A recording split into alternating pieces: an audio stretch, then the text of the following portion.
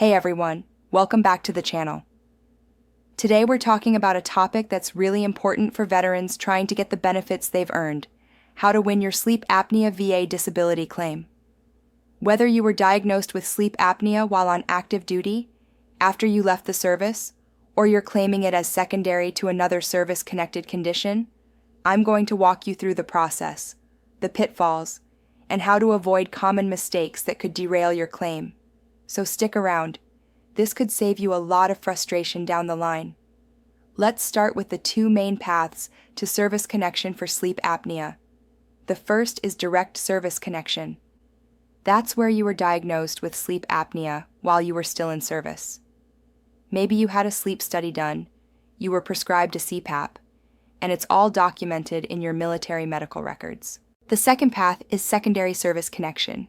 That's when your sleep apnea is caused or aggravated by another condition that the VA has already granted as service-connected. This is really common.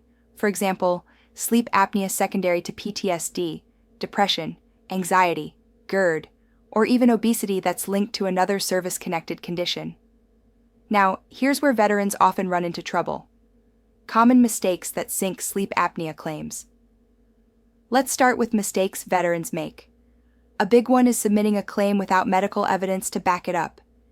I see people filing sleep apnea claims with no sleep study, no CPAP prescription, and no doctor's opinion linking their condition to service. The VA isn't going to connect the dots for you. You have to show that connection with solid evidence. Another mistake is assuming that just because you have a current diagnosis, that's enough. The VA needs to see that your condition is connected to your service, either directly or secondarily. Now, let's talk about mistakes private doctors make. Some private doctors will write you a letter saying, "The veteran has sleep apnea," but they don't explain why it's connected to your service, or they don't review your records. The VA often rejects these kinds of letters because they don't have a solid medical rationale. And then there's C&P examiners and VA doctors. Sometimes they don't review your full history, or they give a medical opinion that says your sleep apnea isn't related to service without really explaining their reasoning. Or they might overlook secondary connections altogether, like the link between PTSD and sleep apnea. So how do you avoid these mistakes? Number 1, get a DBQ, a Disability Benefits Questionnaire, filled out by a doctor who understands VA claims. The DBQ should clearly state your diagnosis, the severity of your condition, and how it impacts your daily life. And if your sleep apnea is secondary to another condition, that DBQ should document the connection. Number 2, if your sleep apnea wasn't diagnosed in service, or if you're claiming it as secondary, you're going to need a nexus letter. Now, what should be in a good nexus letter? It should do 3 things. 1, state that the doctor has reviewed your service records, medical records, and any relevant treatment notes. 2, provide a clear medical opinion that your sleep apnea is, at least as likely as not, connected to your service, or that it was caused or aggravated by another service-connected condition.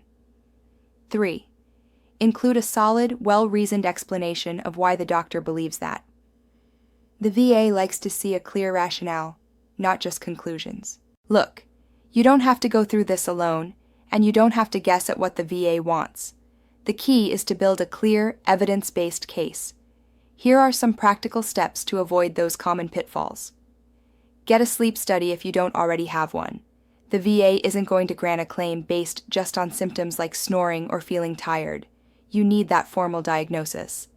If you're claiming secondary sleep apnea, make sure your nexus letter connects the dots between your primary service-connected condition and your sleep apnea.